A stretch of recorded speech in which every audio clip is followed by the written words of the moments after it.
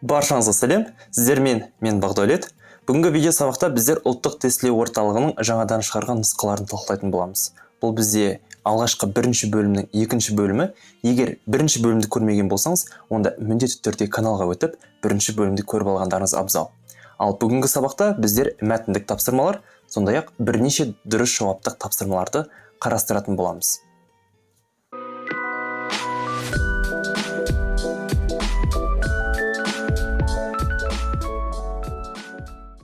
Егер менің видеомды алғаш рет көріп отырған көрермендерім болса таныса отыралық, менің есімім Әзімханов Бағдәулет, Зальцбург және Қазақ ұлттық университеттерінің түлегі болып табыламын, және сондай-ақ оқушыларды, студенттерді IELTS емтиханына дайындаймын.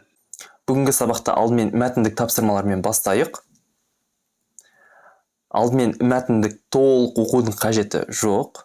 Егер мәтіндегі сұрақтарды алдымен бірінші оқып алып, сол сұрақтарға байланысты мәтіннің ішінен керекті деген бөлімі ғана тауып алып, дұрыс жауап бергендеріңіз ол әлде қайда тиімді.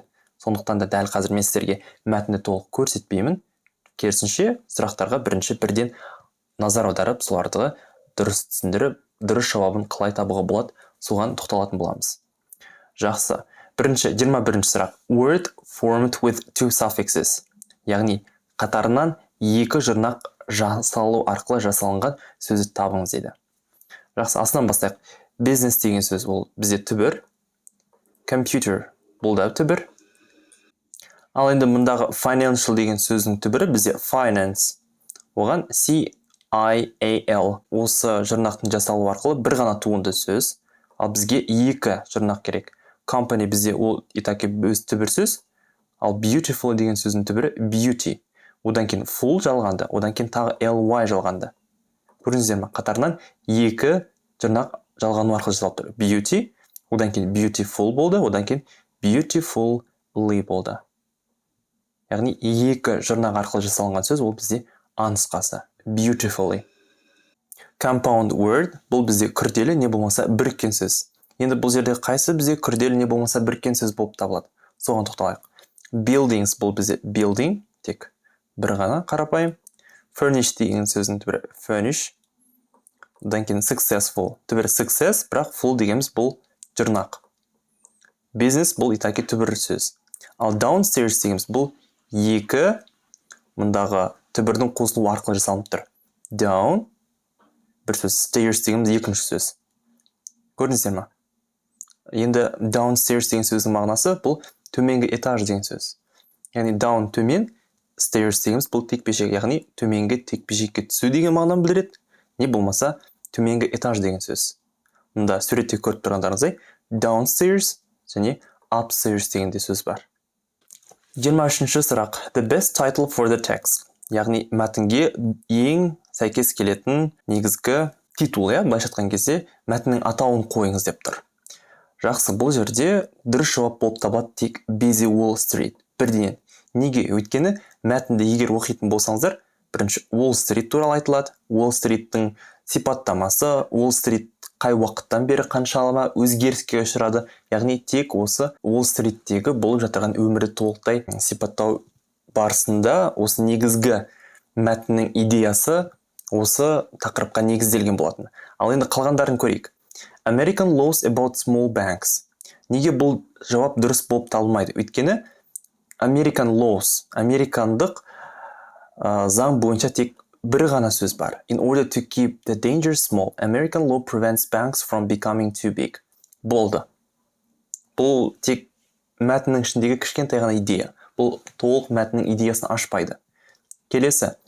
The street which is always the same. Енді which is always the same дегеніміз бұл әрдайым сол қалпында дейді. Бірақ сол дұрыс па? Осы тақырып сәйкес келеді ме? Мүлдем келмейді, өйткені мына жерде бар. Бұрын қалай болатын? 20 years ago, life was a lot quieter on Wall Street. Яғни 20 жыл бұрын Wall Street'тегі өмір әлде қайда тыныш болатын. Ал соңында қайтеді? Those days are gone forever. Яғни ол күндер мәңгілікке жоғалған дейді. Уже бұл жерде өзгеріс бар. Ал мына жерде өзгеріс жоқ деп тұр. Сондықтан the same деген сын нұсқасын қате ретінде алып қарастыруымызға болады. Енді д нұсқасын қараймыз. Great banking houses and financial companies. Әлбетте, тек ол туралы алғашқы міне great banking houses or giant financial companies бірінші ғана абзацта ғана айтылған, ал одан кейін мүлдем айтылмаған. Сондықтан бұны да біздер дұрыс жауап ретінде алып қарастырмаймыз. Sons and their father's businesses. Бұл да өте кішкентай. Sons entering their father's businesses could come to work late, leave early and be certain that no one would notice. Қараңыздар, тек бір ғана сөйлем. Қалған сөйлемдерде олардың әкесінің бизнесі, балалары туралы мүлдем әңгіме айтылмаған. Жалпы текст бізде Уолл-стрит туралы және Уолл-стриттің қаншалықты қазір тынымсыз екендігін сипаттағандықтан нұсқасын дұрыс жауап ретінде алып қарастырамыз. Жақсы. Келесі 24-ші сұрақ. The sentence of the underlined part. Қараймыз. Бұл жерде, яғни, those days are gone forever. Осы сөйлемнің tense, яғни шағы қандай? Яғни шақ бұл бізде are gone. Are gone дегеніміз бұл present simple passive. Яғни present simple passive қалай жасалынады? Соған тоқталайық. My mother cooks dinner. Бұл бізде қарапайым present simple. Cooks dinner. Енді осы сөйлемді біздер present simple passive voice-қа алмастыру үшін не істейміз? Мұнда to be plus verb 3 қолымыз керек. Яғни to be plus verb 3. Өздеріңіз көріп тұрғандай to be present simple-да am, is, are болады. Яғни бұл жерде dinner деген сөз it болғандықтан is, сосын cooked verb ed бол керек. Өйткені cook деген етістік бізде ол дұрыс етістік. Дұрыс етістікке ed жағылады. Бұрыс етістік болса verb 3 болады. Сонда дұрыс жауап бізде мына жерде are gone, яғни to be plus verb 3. Және мұндағы are дегеніміз ол present simple болып тұрғандықтан present simple passive болады. Нұсқасы дұрыс жауап болып табылады. 25-ші сұрақ. The reason of Americans distrusting their banks. Яғни американдықтардың өздерінің банктеріне сенбейтін негізгі себебін табыңыз дейді.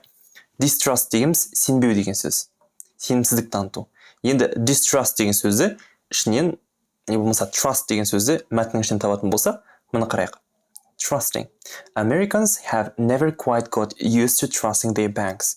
Американдықтар ешқашан өздерінің банктеріне сеніп үйренбеген дейді. Енді неліктен? Жауаптардан көрейік. Because of the bank's debts. Яғни банктың қарыздары үшін дейді. Банктың қарыздары туралы бар ма екен мына жерде? Debt деген сөз. Debt.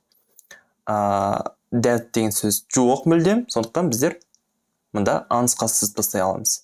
There are many offices of banks in different states. Many offices деген бар ма? Қараймыз. No bank can have offices in more than one state. Яғни бұл жерде more емес, тек ешқандай банктың бір штатта тек бірден артық офис болмау керек деген екен. Демек, мынау нұсқасы да қате. Қараймыз. Because of the great Wall Street crash at the end of the 20s in the last century. Нұсқасын қараймыз. Wall Street-тегі crash дегеніміз құлдырау деген сөз. Бар ма? Бар. Дұрыс. Қашан? Өткен ғасырдың 20-шы жылдары дейді. Дұрыс. Келе ме? Нұсқасы келеді. Ары қарай. The banks are often facing bankruptcy. Bankruptcy often дейді. Яғни жиі дейді. Бұл жерде жиілік туралы айтылған ба? Жоқ. Ешқандай жиілік не болмаса банкроттық туралы айтылмаған. Сондықтан нұсқасы жоқ. Because of the bad management of the banks. Bad management, менеджмент туралы бар ма бұл жерде? Жоқ, менеджмент туралы жоқ, бірақ американдық заң туралы бар. Сондықтан біздер нұсқасында қате қылып белгілейміз. Дұрыс жауап бізде С болып табылады. Жақсы. Олай болса 26-ші сұрақ. Енді бірнеше дұрыс жауабы бар сұрақтар. Sentences with a similar meaning. Speak to the earth and it will teach you. Енді мен дәл осы сұраққа жауап іздеу барысында мен шыны керек қиналдым. Өйткені бұл негізінен бұл сөз Библия кітабынан алынған сөз. Speak to the earth and it will teach you. Енді бұл қасиетті кітап болғаннан кейін оның не мағынасын беретіндігін мен толық түсінген жоқпын. Алайда менің ойымша, жалпы аударып көреге, жерге сөйлейтін болсаң, онда ол саған үйретеді дейді. Яғни бұл табиғатпен қандай да бір гармониямен байланысты. Яғни табиғатқа не берсең, табиғат саған да соны береді деген сөз. Не болмаса табиғатты қараймыз. Teach дегеніміз үйрету деген сөз. Яғни teach табиғатқа үйренуге әрдайым дайын болу керек. Онда explore nature a lot as resources are endless. Менің ойымша мынау келеді нұсқасы. В нұсқасы lots of disasters are caused by human activities, but that is okay. Келеңсіз оқиғалар менен кейбір орын алған апатты жағдайларға адамдар әсер етеді, алайда бұған нормально дейді, it's okay дейді. Бірақ мұндағы келтірілген сөйлем бұған мүлдем сәйкес келмейді. Сондықтан в нұсқасын дұрыс жауап ретінде алып қарастыра алмаймыз. Ары қарай сын нұсқасын қарайық. Save the nature and it will help you to survive.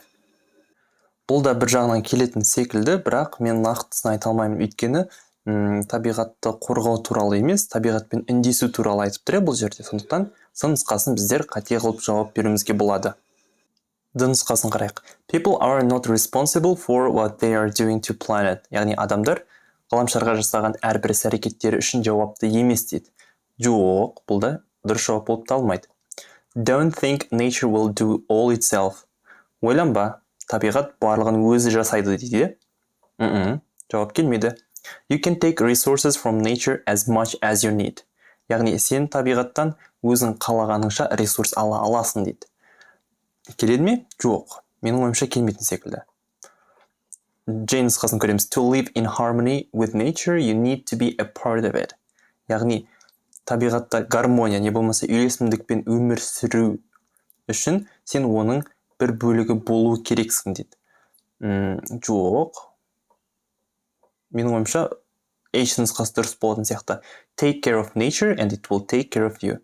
Егер табиғатқа қамқорлық жасайтын болсаң, табиғат та сенің өзінің қамқорлығын алады деп тұр. Менің ойымша А нұсқасы және H нұсқасы дұрыс жауап болып табылады. Мүмкін сіздер қай нұсқаны дұрыс жауап деп алып қарастырасыздар, комментарийға өз жауаптарыңызды қалдырып кетсеңіздер болады. Жақсы, олай болса келесі бізде 27-ші сұрақ. Correct spelling of the words. Яғни сөздердің дұрыс жазылуы дейді. Жақсы. Каф. Жөтел. Дұрыс. Wrist деген сөз жоқ. Может бұл wrist деген сөз шығар. Wrist деген сөз мұндағы біз қайтамыз. Білек не болмаса киста дейді ғой. Мына осы кистаны бізде wrist дейді. W болу керек. В нұсқасы дұрыс жауап болу үшін. Liquid. Я, сұйықтық дұрыс жазылған. To. Егер шайнау деген сөз болса, W болу керек. Check. Тексеру болса, мына жерде C болу керек. Ache. Ауру, я. F нұсқасы дұрыс. Ankle болу керек. Ache деген сөз болу керек.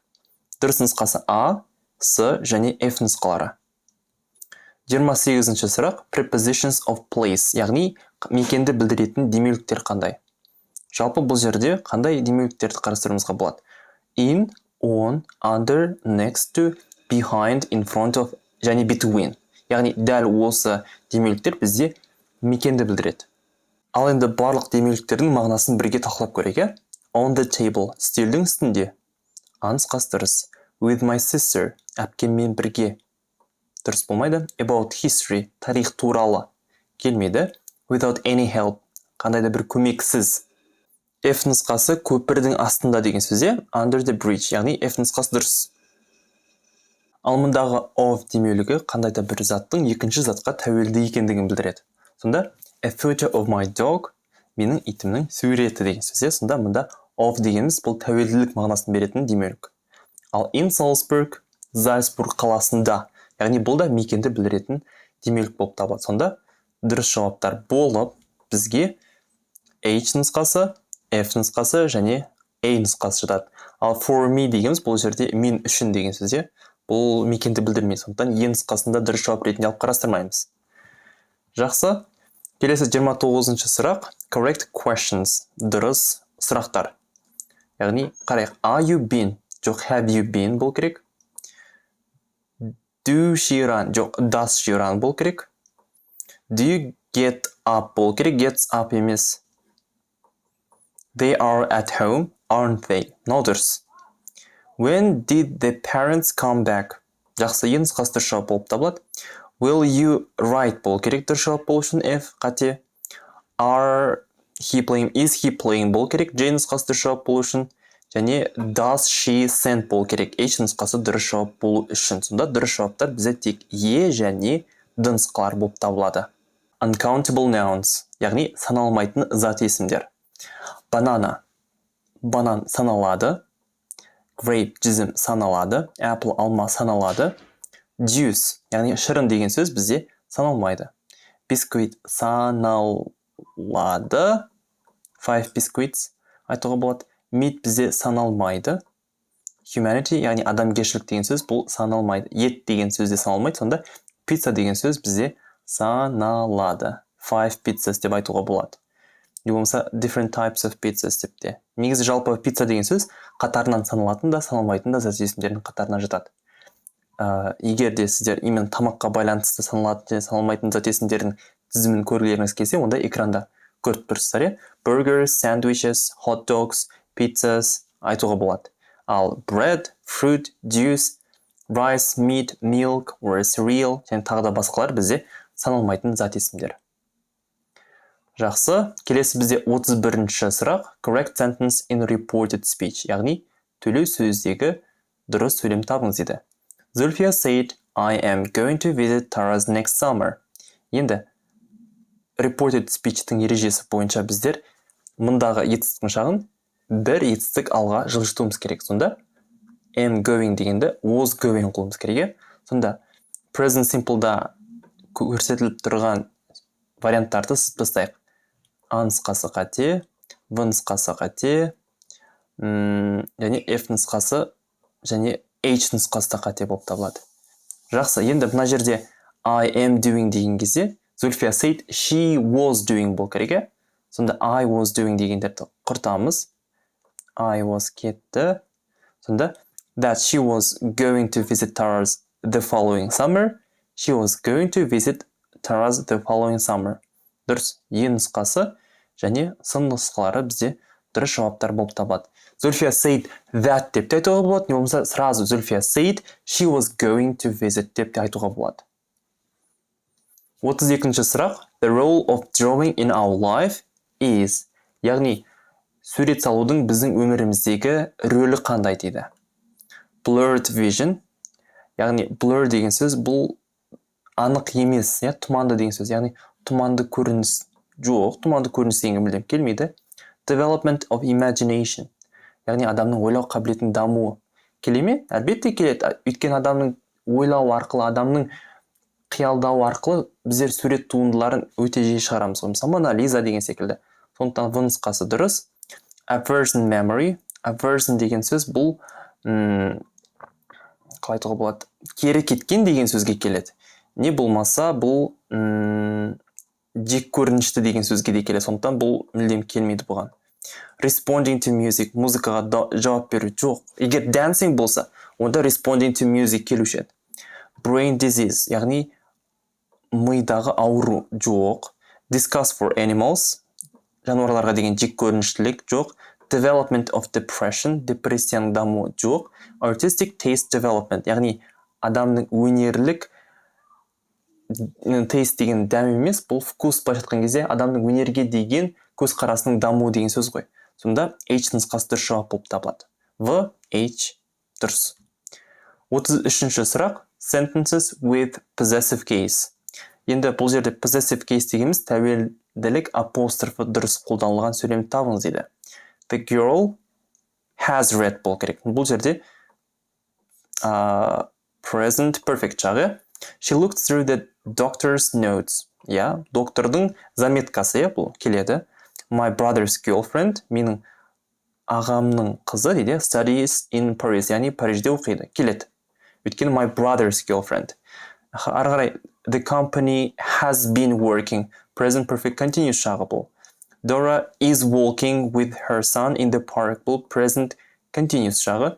The Brown's house is the highest. Бұл келеді уже. Браундықтардың үйі ең үлкен дейді.